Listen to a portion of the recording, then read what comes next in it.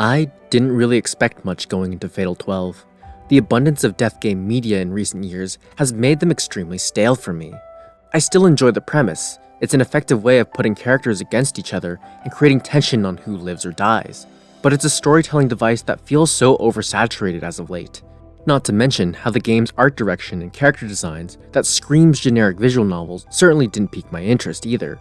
Upon its conclusion, however, to my genuine shock, not only was Fatal 12 fantastic, but it became one of my favorite visual novels ever made, and has one of my favorite video game protagonists ever.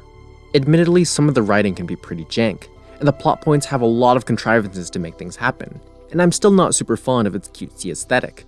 But the way it subverts the common core emotional conflict found in death game media pleasantly surprised me. Instead of focusing on the death part of the death game, it's a very earnest and heartfelt look about living your life to the fullest. How the proof of our existence lies within the connections we have with others, the impact we leave on people's lives.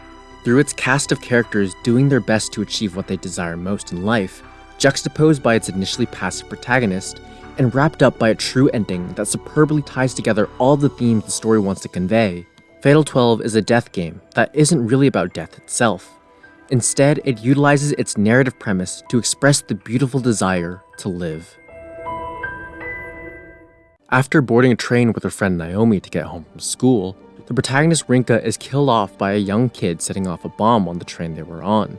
She managed to save her friend, but is engulfed in the flames in the process. Instead of dying right away, fate has other plans. 12 people scattered across the world who died at the same time get a second chance at life by participating in the Divine Selection, a death game run by a goddess named Parka. Each round takes place once a week in their dreams. Participants are randomly assigned 3 cards relating to the other contestants, one with info on their name, one with their cause of death, and one with their regret. The objective is to gather all 3 cards relating to a contestant to eliminate them, with all the memories and actions they performed in their time alive during the game to be erased. The last participant remaining is considered the winner, with the prize being to have their death permanently undone. What surprised me was with how much the bulk of the game is spent outside the actual death game, the playtime choosing to prioritize observing the characters living their lives. Of course, there is a blend of the stakes from the Divine Selection, with participants trying to gain information on the other contestants in the real world, some going farther than others. But all of these aspects are rooted in a singular idea that I'm stunned more death game media haven't focused on, using the premise of the death game to explore the participants' desire to live. Now, that seems like something obvious. The characters obviously don't want to die. But to me, there's small nuanced distinctions between the idea of wanting to live and wanting to not die. The latter focuses on the fear of death itself, whereas the former is geared towards exploring the existential idea of what it means to live. A lot of media of this genre does tackle both concepts. It's not really effective at utilizing the stakes of the death game without it. But most from what I've seen tend to gear towards the desire not to die. If we look at examples such as Zero Escape and Danganronpa, the conflicts that happen within their narratives challenges the cast's survival, as they fight to escape death in order to stay alive. Essentially, their fear of death is what fuels their desire to live. Fatal 12, on the other hand, inverts this idea for the basis of its story and characters. The cast's desire to live is what fuels them to escape death. The most blatant of this idea being presented is with the concept of the Divine Selection itself, giving people who have already died a second chance at life. It's pretty on the nose. For the characters, each one has something they want to live for, something in life so valuable to them that they're willing to lie, cheat, steal, and doom the other contestants to their fate in order to get that second chance at life. Escaping their deaths is only a byproduct, a necessary step to achieve what they desire most in life. This is why the regret cards as a concept is the strongest narrative device Fatal 12 has going for it. By having the characters try to find out the other contestants' regret cards, it creates compelling mysteries and speculation on what each character desires most to accomplish in their lives once they get that second chance, each interaction and conflict between them providing more context clues to what that might be, and when their cards are quite literally revealed, allows you to empathize and recontextualize all their actions through the narrative. All of these aspects are wonderfully contrasted by Fatal 12's protagonist, Rinka, whose character arc through the narrative serves as the embodiment of everything the game wants to convey about its theme of living. One of the few things I did hear about going into the game was criticisms about her character, how she was boring, passive, and bland starting out, how the majority of the supporting cast was much more interesting. And after seeing the story through, I can say that Rinka is indeed all of these things at the start, by design. If Fatal 12's cast is filled with characters that have something to live for, then Rinka's purpose through a good chunk of the early narrative is to serve as a foil to this idea. Her day-to-day life is extremely mundane, with her daily routine revolving around going to school and running her out-of-town grandma's coffee shop. Even the potential nuances within those two activities she doesn't partake in. In school, she doesn't have many friends, choosing to eat her lunch alone or with a small knit of close friends on the roof, nor does she push herself in her studies. Running the coffee shop is the black and blonde-haired student's home life, and she almost always abides by her grandmother's recipes, with little room for her to do her own thing. Any deviations from this routine of normality is via her friends dragging her out to do things. Her passiveness doesn't come from being depressed or overly apathetic, nor does she make the active choice to not engage past the bare minimum. Yet, at the same time, the game also makes sure to establish that this is something Rinka is fine with, at least during the start of the plot.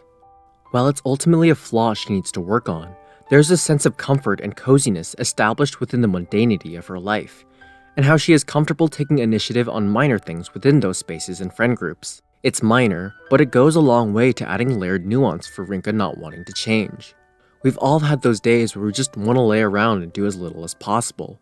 It's relaxing sticking to a minimal routine, not having to deal with any of the curveball life randomly throws at you. However, it's not a state we should constantly trap ourselves into. We should still try and go out to do things, to see and experience what the world has to offer. You have a story whose message conveyed through its set of characters about making the most of life and having something worth living for, contrasted by this character who just exists going through the motions. The difference between Rinka and the cast also extends to her reactions about the death game. As established before, everyone is in a frenzy to win the divine selection to deal what they regretted most before they died, the desperation to have their life be fulfilling. Rinka, on the other hand, doesn't know what her regret card is. Thus, her reactions on the information about the death game is the desire to win so she won't die. She even states how she's willing to throw the other contestants under the bus in order to not succumb to her fate. At the same time, she's conflicted about that mentality and wonders if someone passive like her deserves to live at the expense of other people who have so much they want to live for. It's a realistic depiction on how people would grapple the information about their doom. Death is scary. Thus, she doesn't want to die. But unlike the other characters, she doesn't have that thing she wants to live for. Hence the subtle distinction of her wanting to win the divine selection to avoid dying versus the others wanting to live. The purpose of the game and Rinka's character arc is to have her realize, yes, she does want to live her life.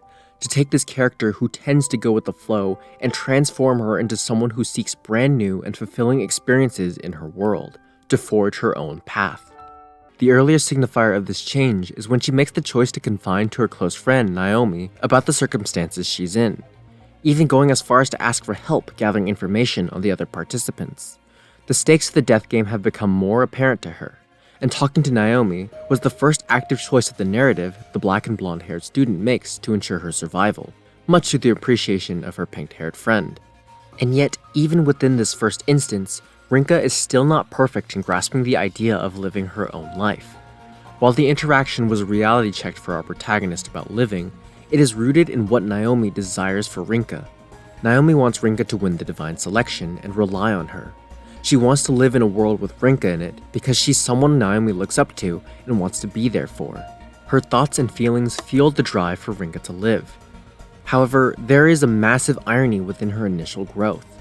Rinka is now trying to live because of someone else's wish instead of her own. She makes up her mind in this scenario because that's what Naomi wants her to do, rather than Rinka living for her own sake. And this is where the next two arcs further guide the black and blonde-haired student in learning about the different desires to live your own life. The story smartly takes advantage of her slowly growing out of her initial passive nature by having her unwillingly thrusted into the other participants' conflicts, whether they are targeting her directly or getting caught in the crossfire. Whatever the reasons, conflicts approach her first, demonstrating more of her passiveness. There's some powerful interactions she has with these characters that allow her to see the perspectives of having something worth living for. Whether it's seeing a mother desperate about being able to choose the name of her child, leaving some sort of legacy of her life for her kid, or a sick young girl who wants to spend every last minute of the borrowed time she has experiencing as much of the world as possible before her demise, emotionally crumbling under the realization of her limited mortality. This idea is similar to a central character in Rinka's friend group named Miharu, who's also a participant and involved in this arc. More on her later.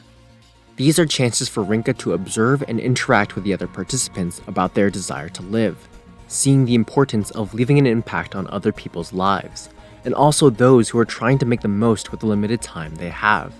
In a way, by actively choosing to involve herself in these two characters' lives during these two arcs, Rinka herself becomes more keen on the idea of putting more effort to be involved in her own life. Despite this, the black and blonde-haired student is still not perfect in committing to this, as she begins to wall herself off from Naomi to prevent any harm from going her way, but also feeling like she shouldn't butt into her life after seeing her gain more friends. Rinka continues to be passive. This all comes to head in one of the more climactic arcs during the middle of the plot, which cements a lot of Rinka's growth as a character, and at the end, challenges her newfound ideals. During this section, we're introduced to two more participants in the Divine Selection, an old man named Shigetsu Ushizuka, and an amnesiac named Yu. Since both Rinka and Yu have slight to major memory loss respectively, how convenient, neither of them remembered how he was the cause of the train bombing that took their lives. Parallels to their deaths and memory loss aside, both Rinka and Yu share parallels within their home life as well. Both are close to another character they spend most of their day-to-day life with, Naomi for Rinka and Ushizuka for Yu. There's a commonality within their dynamics. Yu is content with the comfort mundanity in his life with the old man after receiving help from him through the weeks the death game has occurred. Ushizuka, on the other hand, wants Yu to take initiative in his own life, similar to the role Naomi played through Rinka's arc thus far. These parallels put Rinka in a unique position as a third party, both observing their dynamic, but also leaving an impact on their relationship by having them bond closer with each other by fulfilling the things related to their regret cards. Rinka is once again stellar at demonstrating to others the idea of someone wanting to live their best life, but is unable to apply those same pieces to herself. The warmth Yu and Ushizuka feel for each other is applicable towards how Rinka feels towards her close-knit friend group, planting the seeds for her to contextualize this dynamic to be something she wants in her own life. All of this gets challenged when the arc shifts into its second act. So you have two thematically intertwined characters whose lives revolved around someone else's desire to have them live. But what happens when those same people are suddenly gone? After an encounter with multiple participants that leaves Ushizuka with all his information revealed, the kind old man accepts his fate. The person Yu was trying to live for, gone, just like that. With his father figure's absence brings the return of Yu's memory, and a newfound hatred for Rinka. Before they appeared in the dream world, Yu had asked Rinka to vote him off during the selection, as he had a lingering fear of something sinister deep within his memories. Now that he regained his memory as someone who's part of a terrorist group responsible for the bombing on the train, he wishes for death more than ever. His one glimpse at a normal life gone because of the elimination of Ushizuka. Rinka is understandably unsure about taking someone's life, which angers the silver-haired boy in both instances, knowing he can't die outside of the game. So his plan is to provoke Rinka into eliminating him. If the life of someone close to him was taken, then perhaps he should retaliate by taking the life of someone close to her. As Rinka and her friends are enjoying their time at the school festival, Naomi notices a particular participant from the death game. As she goes in to confront him,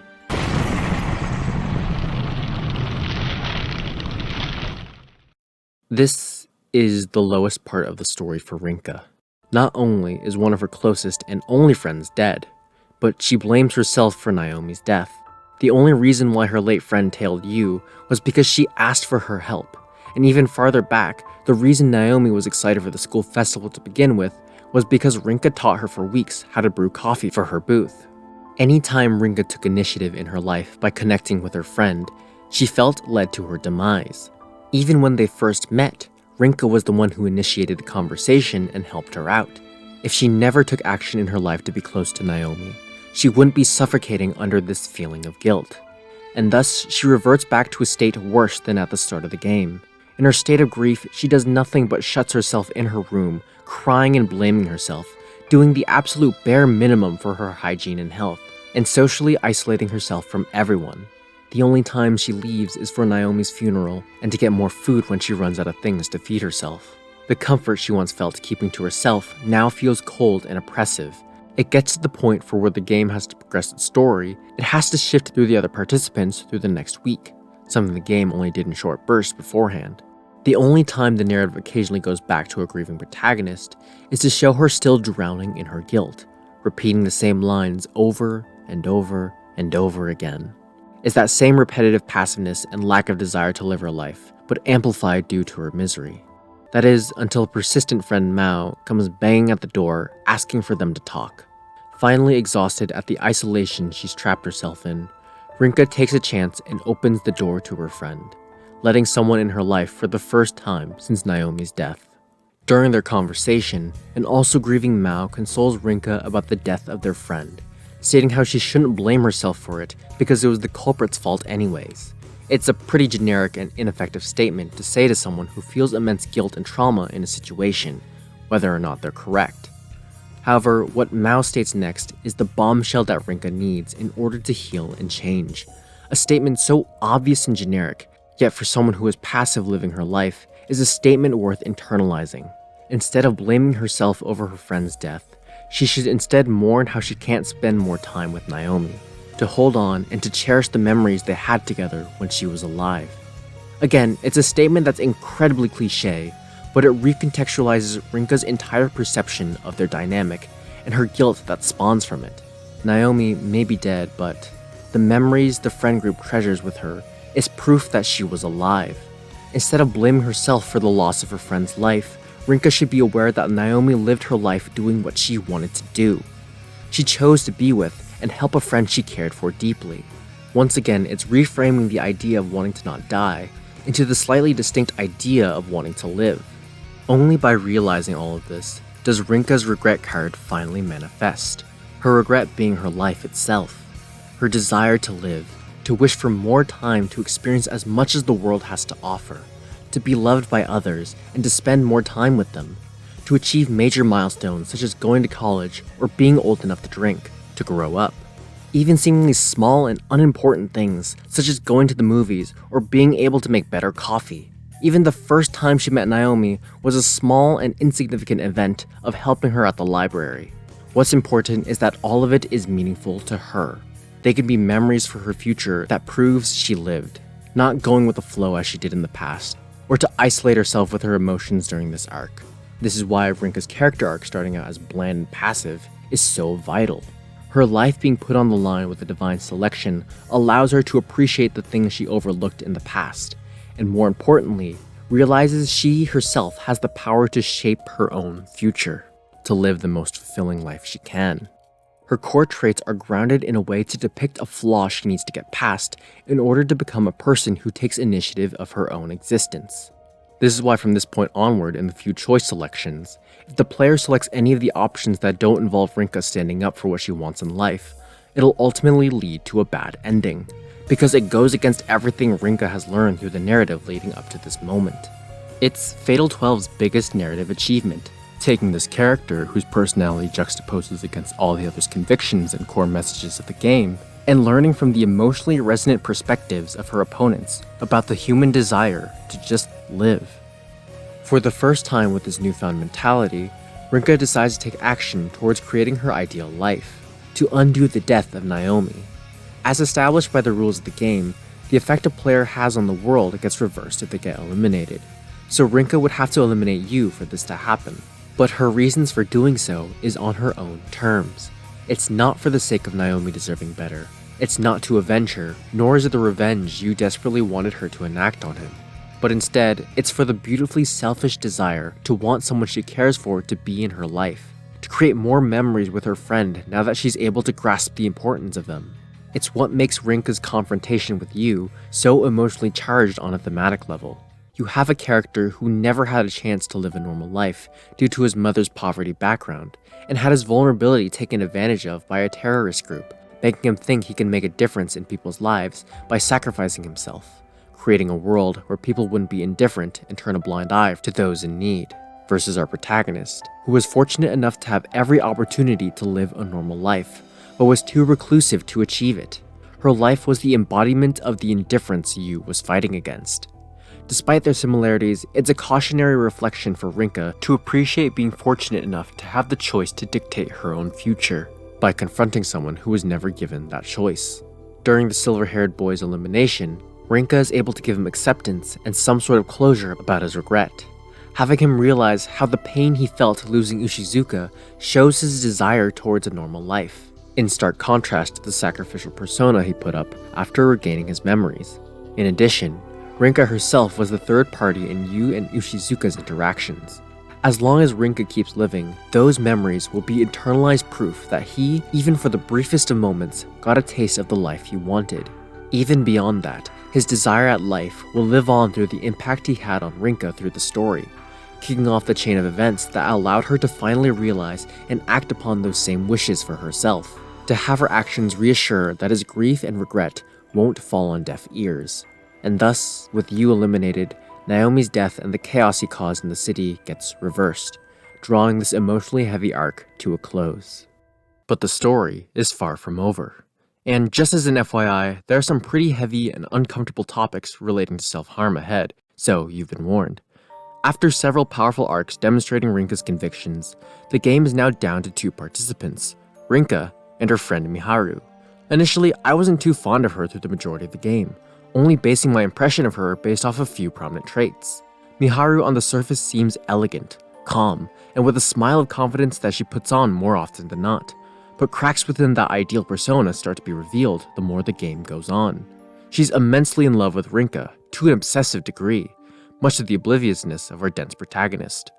While Rinka was indifferent about her life, Miharu hyperfixates on it, stating countless of times that her sole goal in the divine selection is to have Rinka live. She's willing to hide information, team up with, and double-cross the other participants, and of course, since the rules only permit one survivor, literally die for Rinka. Not to mention how she's prone to jealousy and possesses internal spite towards Naomi whenever she sees her spend time with Rinka. What gives her nuance is she's aware that this behavior from her is wrong, and she feels immense guilt and hatred towards herself because of it. Beneath that strong front lies a sad, scared, and self-conscious girl. A girl haunted how she's the byproduct of what she hates most about her parents, unable to form her own identity. Essentially, Miharu's father was responsible for a car accident that took someone's life. Unable to bear that guilt, he ended up taking his own life, leaving his wife and daughter alone. Feeling betrayed, Miharu's mother rebounded by going out with another man. However, this would be short-lived. After he engaged with her mother, he broke off their relationship for another woman. The feeling of betrayal and now jealousy is creeping towards her mother, resulting in most of Miharu's upbringing being neglected by her one remaining parental figure. Self-harm and envy. Now that sounds familiar. Despite being the root of her neglect, Miharu is terrified how she behaves like her mother whenever she observes Rinka and Naomi. That guilt of being similar to those she hated drove her to take her own life, which is the exact same thing her father did that started these problems to begin with. An endless cycle of being people she's not. It's a much more suffocating depiction of Rinka's internal struggle of living for someone else. Only for Miharu, she is living as someone else. Miharu's main objective through the entire game is to have Rinka win the divine selection. Even after finding a method to have both participants live, Miharu views whether she lives or dies as irrelevant after her goal has been achieved. Plus, she feels that since she's the only participant who chose to have her life end, she's undeserving of a second chance. This is the primary conflict during these later sections of the narrative. Rinka has found her resolve to live and make more memories with those she's close to. But now, she's faced with a friend who is so desperate to throw her life away. The role Rinka plays is a thematically inverted scenario when she reflects back on how she first met Miharu, a quiet girl who would sit aimlessly at the park. Rinka would always greet her without getting a response back, and they would always sit in silence, before saying she'll see her tomorrow when they leave. When they started reconnecting again in high school, their first interaction mirrored the ones from their childhood. It's a mundane, seemingly insignificant interaction with someone, but what matters is that it was significant to Miharu. It utilizes the positive aspects of Rinka's former passive behavior. She didn't actively try to go out of her way to befriend Miharu, but just the idea of someone willing to be there to keep her company was what kept her going for so long. Rinka didn't see her as someone with parental baggage. She instead saw someone to spend time with. It's similar to how when she first met Naomi as well, A seemingly mundane interaction at the library blossomed into a friendship she now wants to protect. At this point, the storyline can funnel down two paths, one where Miharu chooses to live, or one where Miharu chooses not to save herself during the divine selection, leaving Rinka as the sole survivor. In an earlier scene, Miharu confessed her feelings toward the black and blonde-haired student. Needing to sort out her feelings as well as figure out a method for both of them to win, Rinka asks to have more time to think about it.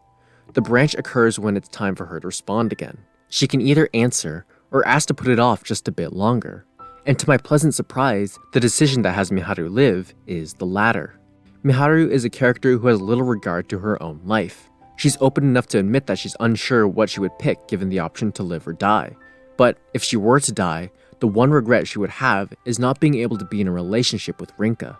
By reciprocating her feelings, a perfect scenario is created that allows Miharu to get everything she wants. She and Rinka go on a cute date afterwards at the amusement park they went to at the very start of the game, fulfilling a promise they made at that time. This eases Miharu, knowing she can take the fall during the final round of the divine selection, despite having a plan to have both participants live. Miharu never got to live her life for who she is. Therefore, this outcome completely goes against the game's theme of finding your own desire to live, and character-wise, compromises Rinka's wish to build a future with those she loves. By delaying her response till after the final round, it denies Miharu the opportunity to utilize the death game to end her own life. It gives her future something to look forward to, something she wants to live to see through. Having your existence dictated by a response to a love confession sounds ridiculous, like something straight out of a melodramatic rom-com. But as mentioned before, something as minor as that can be a major reason to keep going. It's her reason to keep living, to hear the response of the person she loves who didn't see her as a byproduct of her parents, but appreciated her for who she is. Just like how Rinka was able to realize the beauty of life she spent so long ignoring, Miharu needs to realize the value of her own life that she threw away. With all of this in mind, let's talk endings. Excluding the bad endings, the game is split between two neutral endings titled Like a Dream World and Fatal 12, and a singular true end titled Future. The neutral endings take place in the branch where Miharu dies, while the true end takes place in the one where she lives. What's clever in the executions of these endings is how it utilizes what core themes are present depending on the ending. To choose to live your own life, sharing those experiences with others, and remembering the impact and legacy of people's lives being the proof that they lived. These are cleverly the topics the first two arcs of the game cover, the little girl trying to make the most of her limited time, and the mother wanting to name her child. It all comes full circle. For the neutral endings, each contains one of these messages, but fails to demonstrate the other. The lore reasons aside, eventually Rinka is put in a position where she can choose to save all the participants at the cost of everyone forgetting the past 12 weeks, or continue to live her life without Miharu. With the former ending, Like a Dream World, all the characters are alive and well, being able to forge brand new experiences in their lives. Every hardship or obstacles with their past lives are gone. It's a perfect world that invalidates all the struggles they endured to try and hold on to the life they had. They may be alive and better than ever, but the proof of the impact they left on each other, how they grew and changed, the reasons they wanted to live, all gone. The other neutral ending, Fatal 12, however, takes the opposite approach. Only Rinka is left alive, but she still retains the memories of all the participants she met and interacted with. The legacy of their lives exists as proof within her, but unfortunately, she is so hung up on the death of Miharu that she just sits there in the park, doing nothing. Miharu never got the chance to know what it was like to live for herself, and Rinka has reverted to her passive behavior at the start of the game, the final line of the ending being the nail in the coffin. Man, I'm bored. Only in the true ending, titled Future, are the messages of living your life to the fullest and remembering those who affected you are both applied. In this route, the mysteries surrounding the origin of the divine selection and the goddess Parka get revealed. In the distant past, she was a girl in a rich family that brought misfortune and death for 12 weeks towards those she was close to. As a result, she spent her days drowning in guilt holed up in her room, unable to experience the world. And then, when she was at the young age of 12, the last misfortune struck. A fire breaks out in her home, and she's crushed under a falling bookcase, trapping her to the raging flames. Moreover, her family, not willing to risk saving her, chose to leave her behind in their escape, sealing her fate to the flames. Her tragic past is the antithesis of everything the game is pushing towards. Her life was robbed when she was still a child, so she never got to experience the world, and she was left to die alone, never getting the reassurance that her existence was worth remembering, worth being loved, worth living. Parka's past parallels circumstances of the remaining 2 participants. Rinka's throat being crushed inside a burning train, regretting not being able to live her life, and Miharu's regret of dying alone, unable to have Rinka give her a reason to live. Essentially, her goal within the divine selection is to take over Rinka's body. Oh yeah, right, there's some funky convoluted explanation about how Parka's related to Rinka's great-grandmother or something. It's really tacked on, but logistics. To take over Rinka's body, and live the life that was stolen from her through our protagonist. Some of my grievances with the backstory dump aside, how the entire plot kicked off because of a character's wish to live and to not be alone and forgotten. How the final conflict pits Parka's wish to live the life she never got, versus Rinka and Miharu finally choosing the life they initially turned down, cements the idea that Fatal 12 was never focused on creating a spectacle on the characters being afraid to die. Instead, it is a clash on the simple yet powerful idea of what it means to live. Despite things going well, a side of Parka continues to drown in the flames of regret, being unable to redo her life. All Rinka can do is give her a hug she never got as she died alone. A hug to reassure her that someone is there for her, to share the burden by listening to her cries of pain. That even if she only got to live for a short while, she will be remembered. Just like how every participant in the divine selection shaped who Rinka is today, Parka will live on through the impact she and her game left on Rinka. A small cat appears within Parka's memory, keeping her company as she passes away with the comfort of someone being there for her. As established through the entire narrative, the company of someone is a small yet powerful gesture that can mean the world, and it allows her to finally rest in peace, bringing a resolution to the death game forever. Back in the real world, Rinka, Naomi, Miharu, and Mao attend the fireworks festival they all wanted to go at the very start of the plot. Rinka and Miharu both choosing to live their lives for their own sakes, all while remembering those who helped shape their current resolve and gave them a chance to live again. Now that their lives no longer hangs in the balance, Rinka turns around and reciprocates Miharu's feelings, a small statement that expresses the desire to live in a future with her in it, thus drawing the game to a close. Fatal 12 is a game I had zero expectations for when starting its narrative, but how it captured such a beautifully simple message about life through its storyline and characters had me utterly transfixed from start to finish. Its themes and messages are so obvious, yet a lot of us occasionally take for granted. It's a heartfelt reminder of why these ideas are worth remembering, the importance of the resolve we put into our own future. Fatal 12 is an emotionally resonant death game that chooses to subvert the death part of its premise. It's a tender and compassionate exploration of the characters' experiences, their joys, their regrets, their tenacity to want to live. A simple desire held by everyone.